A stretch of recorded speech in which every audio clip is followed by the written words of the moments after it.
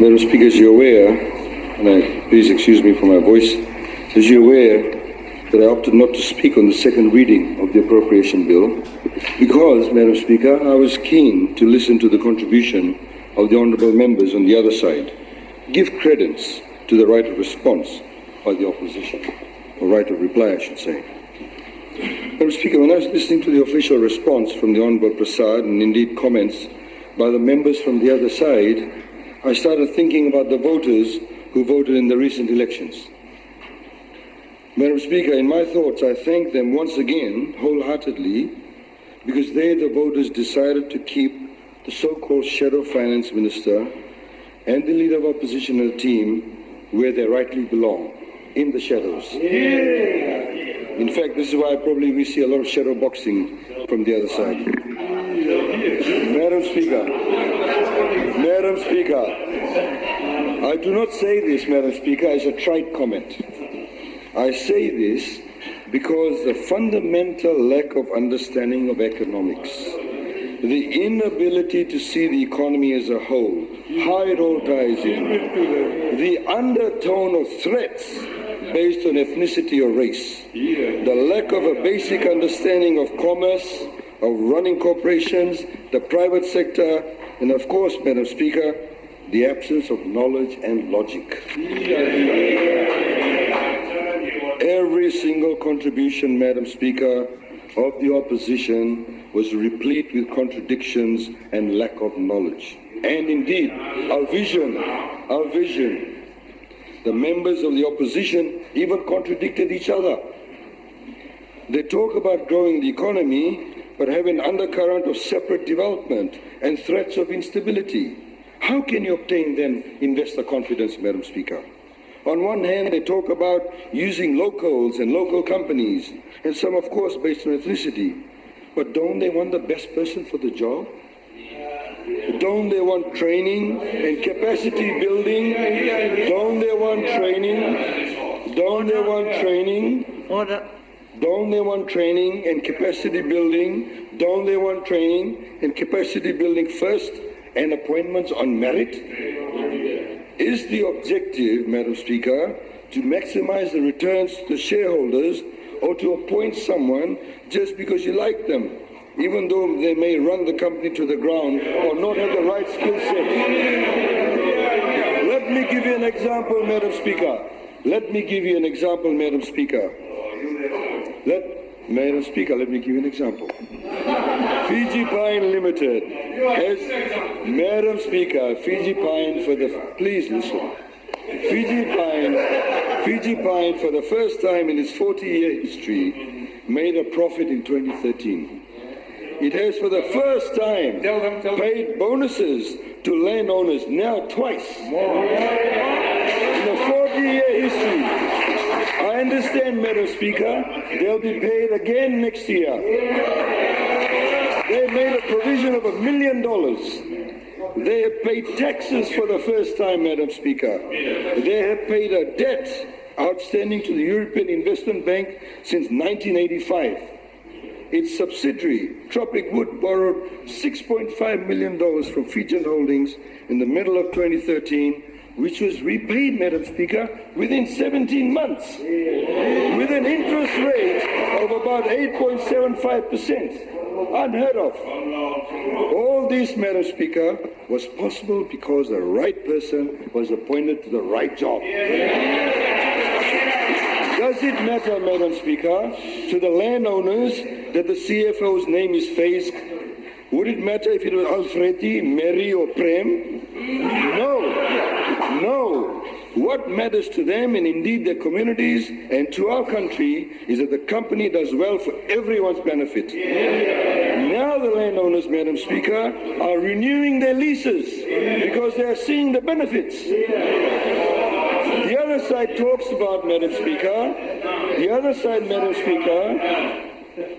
Order. I know we are getting a bit sleepy, but I like the interjections because you're keeping us alive and interested. But please be controlled. Just be controlled, please. Thank you. Madam Speaker, They talk about import substitution not working, yet talk about creating jobs.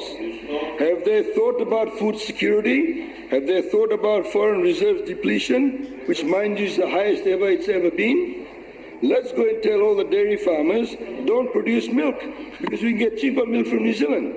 Let's go and tell all our poultry farmers in the rural areas, through the village schemes, to stop growing chicken, because the Aussies, Kiwis and Brazilians can dump cheaper chicken in Fiji. With it, they bring their diseases. Madam Speaker, your Shadow Minister of Finance spoke about it. Madam Speaker, they talk about getting Qantas to tell us what to do.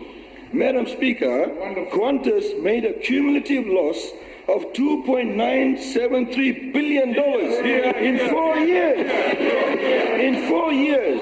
Yet, on the other hand, Fiji Airways, our national carrier, our pride, for those of you who are truly patriotic, for those of you who are true Fijians, is set to make a historical profit of $60 million, unprecedented in 2013-2014. Where, Madam Speaker, the staff now get a share of the profits? Do they know that when the Rambuka government went cap in hand to Qantas, for Qantas to increase its shares from 17% to 46%? Do they know?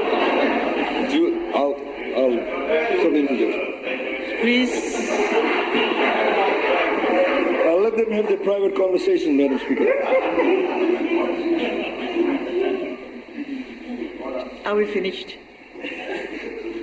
Thank you. Do they know, Madam Speaker, that when the Rambuka government went cap in hand to Qantas, for Qantas to increase their shares from 17.5% to 46%, Qantas, even though then a minority shareholder, received majoritarian rights. Lesson 1 for today, commerce.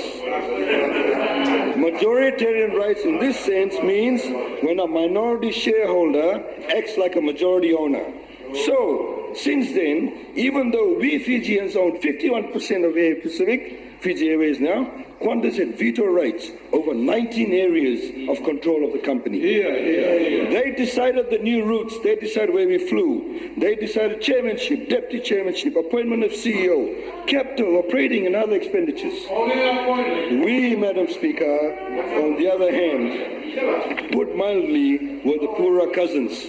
Or putting another way, we are simply listening to the Qantas Turangas. Madam Speaker, they talk about 1 million arrivals in tourism, but they don't talk about yields. Do we want tourists who will come and spend $6,000–7,000 in 5 days, or do we want tourists who will spend $1,000? They all have to go to the toilet, they all have to use our water, they all have to use our road. Imagine the amount of infrastructure pressure that there'll be. Let me remind you, Madam Speaker, it was the Bainimarama government that broke the 600,000 visa arrival barrier. We were the ones who did it. Let them also understand the dynamics of new tourism in the world today. The Chinese and the Indians are one of the highest spenders today. Yes, we want the Aussies and the Kiwis. We'll continue with that. We need to advertise in new markets. This is why $12 million is a pittance, to be able to market Fiji to 350 million homes throughout the world. Of course, Madam Speaker, we have changed the disequilibrium that existed in Qantas. Do they know that when we partially divest, you also allow for capital injection? It grows the capital markets. You allow ordinary Fijians to invest their savings in the capital markets. It does not mean you compromise security at the airport. What a preposterous idea. Sydney Airport is privatized, Madam Speaker. Half the airports in the world are privatized.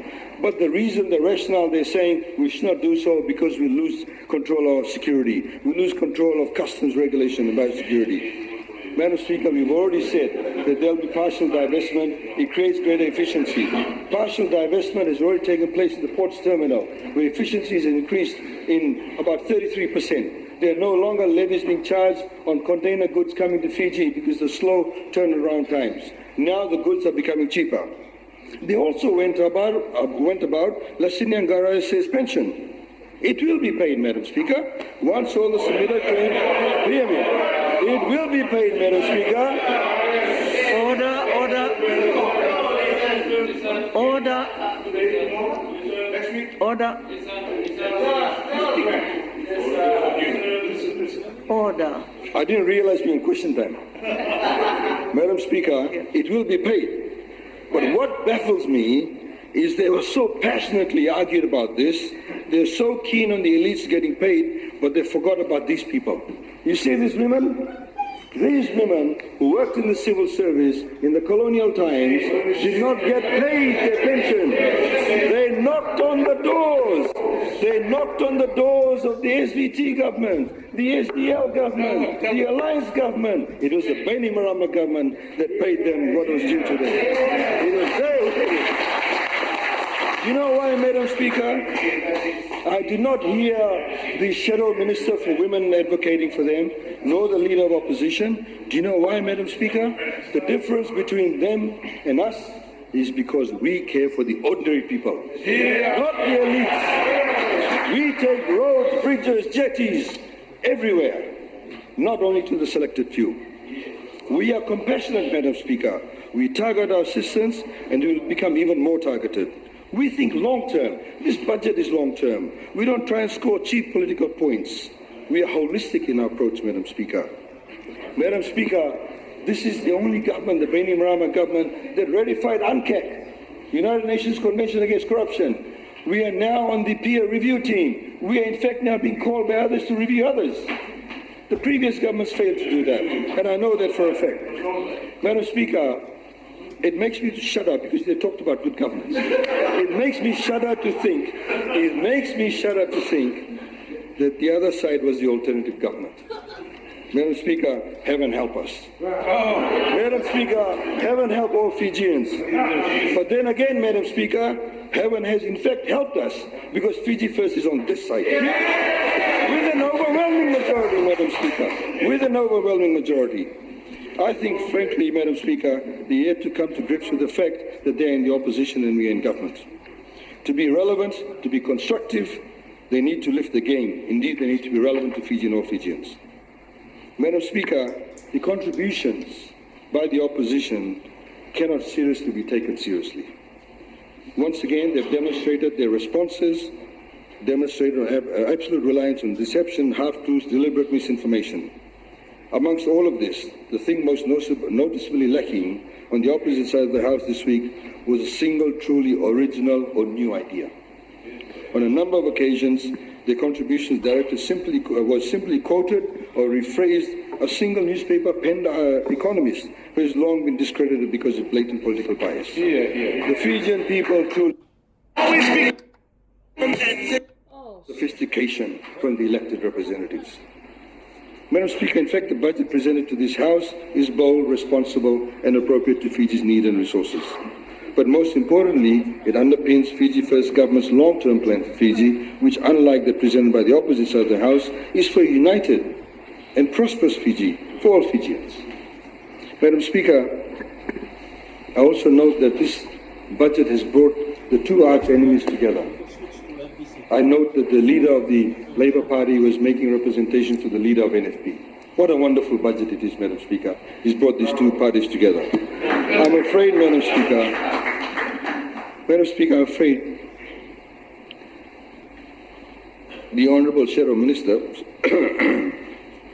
continues to underestimate the determination and capability of the Fijian people to achieve this vision that we have. It is ambitious, yes, but we must never resign ourselves as a nation to thinking it is beyond our reach. The Fiji First government knows that we together can turn this dream into reality, turn promises into deeds.